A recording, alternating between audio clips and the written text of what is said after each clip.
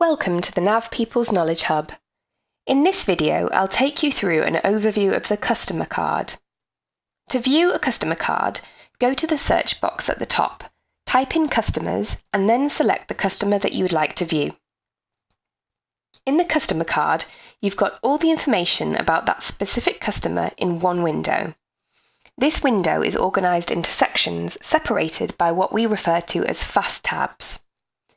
Here you have the business name, address, the main contact, their credit limit and their balance, as well as the last date that this card was modified. Within the Address and Contact Fast tab, you have the contact details such as phone number, email and website. From here, you can also assign payment terms to the customer. In this example, you can make payment to be within 1 month and to receive a discount of 2% if their payment is within 8 days. Here you have all contextual information and functions available about the customer, organized into tabs, groups and actions. And you can create sales invoices, sales orders and reminders, as well as produce reports such as customer balance to date and view them in either PDF, Word or Excel. You also have the statistics page, which displays the customer's sales and services, as well as a table overview of sales and profits, including this period and year to date.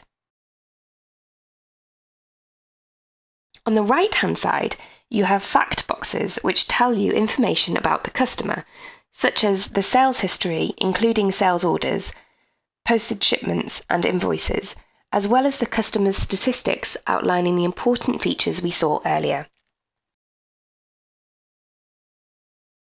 If you have purchased the NAV People's Enhanced NAV, you'll find that there is also a document management section where you can attach the customer documents as well as web pages.